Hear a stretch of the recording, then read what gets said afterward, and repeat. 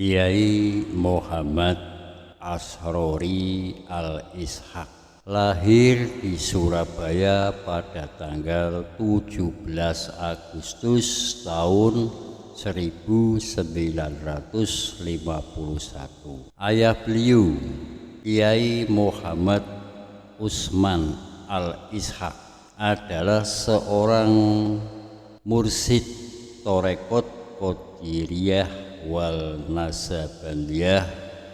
Secara nasab beliau masih keturunan salah satu wali songo, yaitu Sunan Giri Ahmad Asrori Ishaq Muhammad Usman Surati Abdullah Mbah Tiso Mbah Jarang Kiai Agung Mas Ki Panembahan Bagus Ki Ageng Pangeran Sedang Rana Penembahan Agung Sidomordi Pangeran Kawis Guwo Fadlullah Sido Sunan Prapi Ali Sumodiro Muhammad Ainun Yakin Sunan Giri Maulana Ishaq Ibrahim Al-Akbar Ali Nurul Alam Barokat Zainul Alam Zamaluddin Al-Akbar Al-Husain Ahmad Syah Jalalul Amir Abdullah Khan Abdul Malik Awali Muhammad Sobil Mibak Al-Qail Qasim Awali Muhammad Awali Ubadillah Ahmad Al-Muhajir Is-An-Nabib Al-Robi Muhammad An-Naqib Ali Al-Uraidi Ja'far Al-Soktik Muhammad Al-Bakir Ali Zainal Abidin Husaini bin Ali Ali bin Abi Thalib Fatimah bin Rasulullah Sallallahu Alaihi Wasallam. Kiai Asrori belajar di sejumlah pesantren seperti Pondok Darul Ulum Peterongan, Jombang, Jawa Timur, Pondok Al-Hidayah Pari, Kediri, Jawa Timur, Pondok Al-Munawarin, Yogyakarta, Pondok Buntet, Cirebon, Jawa Barat. Mendirikan pesantren setelah mengembang posisi mursyid dan melanjutkan aktivitas pengajian di kediaman sang ayah di Jatipurwo, Surabaya. Kiai Asrori awalnya hanya menerima beberapa anak yang dititipkan jamaah pengajian terkait untuk belajar agama.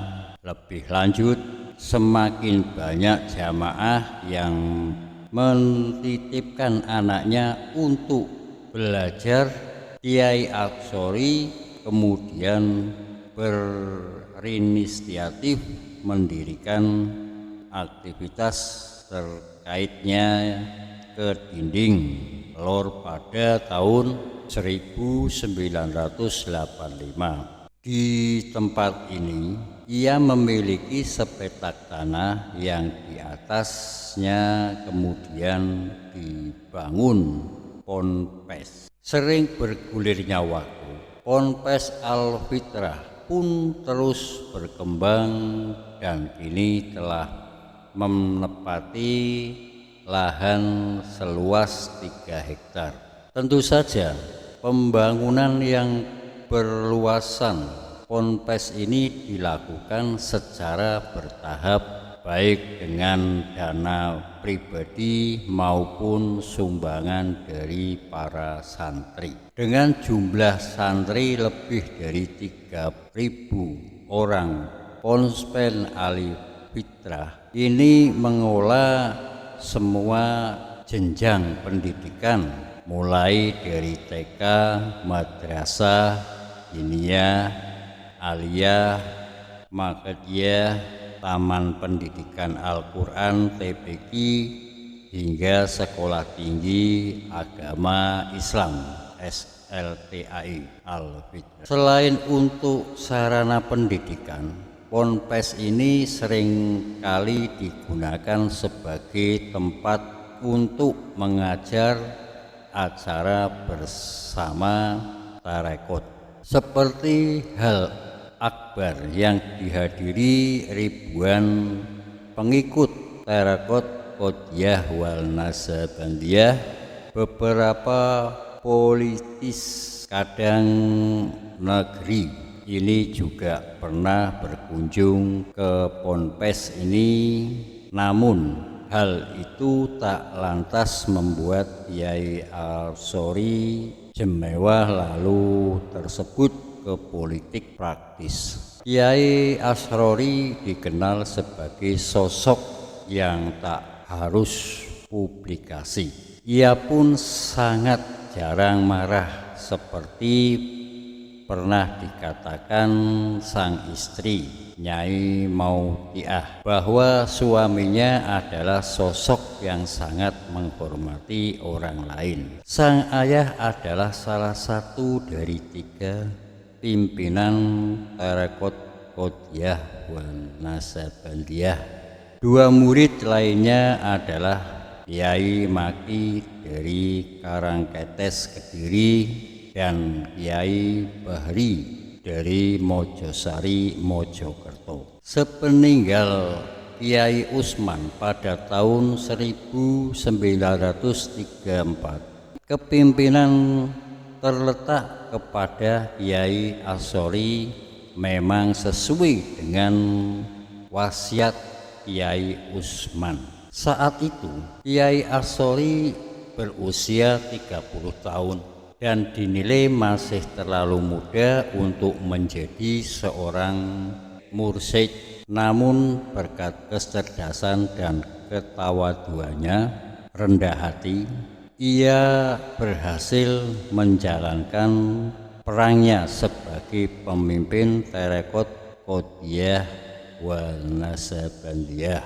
Sikap istiqomahnya menjadi panutan jemaah terletak dari seluruh dunia. Di bawah kepimpinan Kiai Al-Sori, terutama di Indonesia, terlebih setelah 2 kepimpinan tarekot dari Kediri dan Mojokerto mulai terseret di dunia politik. Tarekot Qadariyah wal Naksabandiyah pimpinan Kiai Al-Sori pun menjadi alternatif di kalangan penganut tarekot karena dianggap lebih netral dan mengayomi umat.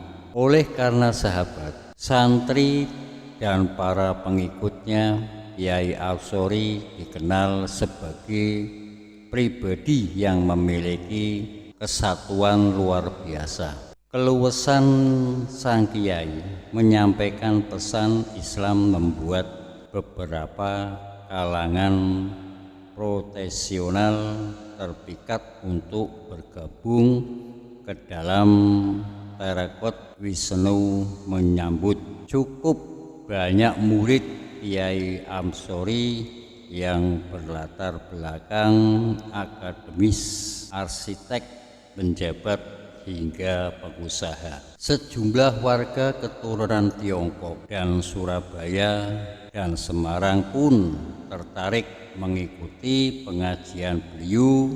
Mereka tertarik mendengarkan petuah-petuah sang Kiai karena pesan yang ia sampaikan selalu menyejukkan dan tidak pernah memvonis. Namun pada tanggal 8 Agustus tahun 2009, tepat sehari setelah perayaan kemerdekaan RI, ulama yang syarat itu dan teladan ini harus pergi untuk selama meninggalkan keluarga, santri, para pengikut terkait. Ia wafat karena kondisi kesehatan yang terus-menerus. Beliau dimakamkan di lingkungan pesantren Al-Fitrah ke dinding Surabaya. Hingga berita ini diturunkan, ribuan jemaah dan seluruh penpos Indonesia, Malaysia, Singapura, Brunei, Hong Kong, dan Australia masih bertahan di Masjid Areal Ponpes untuk melantunkan doa tahlil dan yasin di depan pusaran makam pimpinan Tarekat Qutbiyah wa Naqsabandiyah Al-Utsmaniyah. Ribuan jemaah dari seluruh pelosok Indonesia, Malaysia, Singapura, Brunei, Hong Kong, dan Australia masih bertahan di Masjid Areal Ponpes untuk melanjutkan doa tahlil dan yasin di depan pusar makam pimpinan Tarekat Qutbiyah wa Naqsabandiyah Al-Utsmaniyah. Kiranya cukup sekian dulu. Wassalamualaikum warahmatullahi wabarakatuh.